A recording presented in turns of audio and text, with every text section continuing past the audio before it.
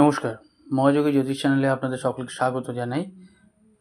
আমি শ্রী স্নেহাশিস মুখার্জি। আপনারা দেখছেন, লাইক, শেয়ার, সাবস্ক্রাইব করছেন। আপনাদের অসংখ্য ধন্যবাদ। যারা এখনও করেননি তাদের কাছে অনুরোধ, সাবস্ক্রাইব করুন যাতে পরবর্তী সমস্ত ভিডিও নোটিফিকেশন আপনারা আগেই পেয়ে যান।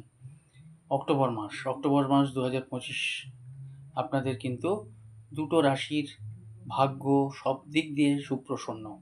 এই দুটো রাশির ভাগ্য সুপ্রসন্ন জানলেই হবে না, তার জন্য কি করবেন? দুটো জিনিস করবেন।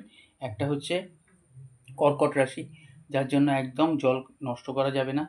জল যদি আপনারা নষ্ট করেন তাহলে চন্দ্র খারাপ হয়ে যাবে, এবং সেই কারণেই কিন্তু আপনাদের মন মানসিকতা সব দিক দিয়ে প্রবলেম হবে। এবং 19শে অক্টোবর আপনাদের কর্কট রাশিতে বৃহস্পতি আসছে, সেখান থেকে আপনাদের গজকেশরী যোগ সৃষ্টি হবে এবং অর্থনৈতিক দিক দিয়েও ভালো হবে।